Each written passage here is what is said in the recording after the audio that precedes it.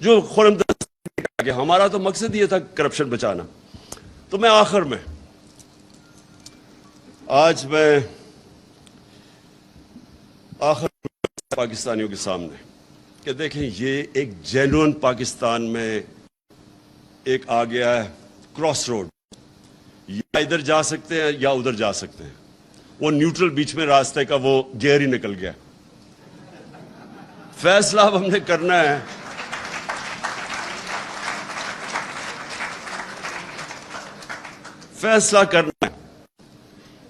کہ اب اس ملک کو یہ جس طرف لے کے جا رہے ہیں اس سے بچانا کیسے ہے.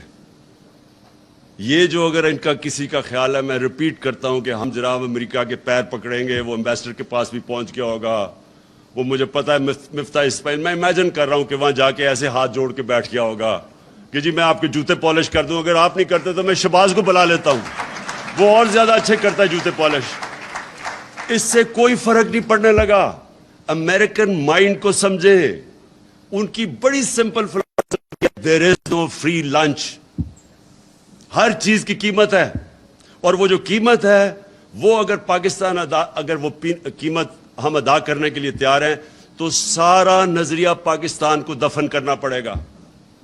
بڑا عظیم اس کا نظریہ تھا, اور اس کا نعرہ تھا کہ پاکستان کا مطلب کیا, لا الہ الا اللہ.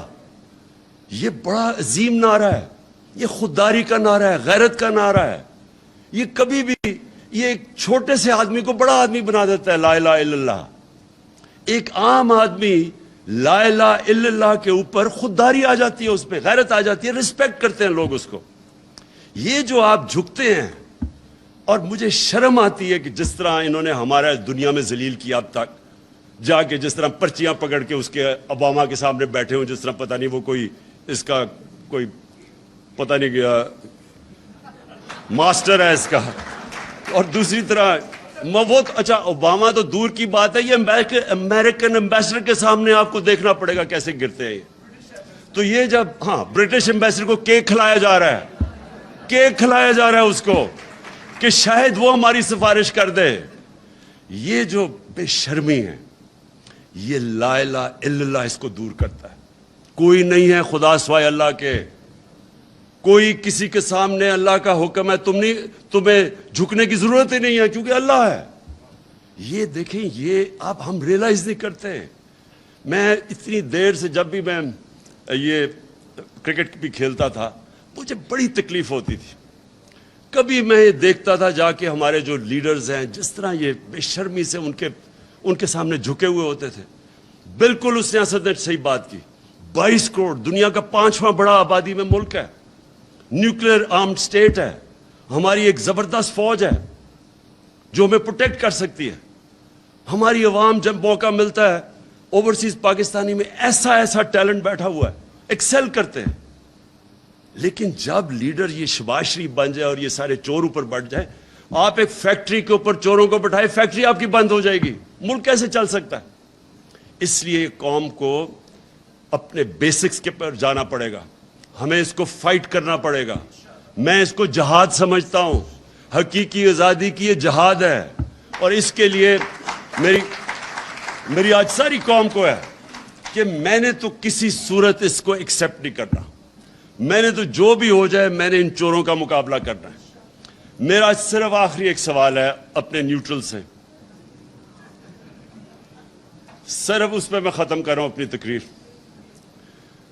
کہ اگر گھر کے اوپر ڈاکہ پڑے تو کیا چوکیدار نیوٹرل ہو سکتا ہے؟ Thank you.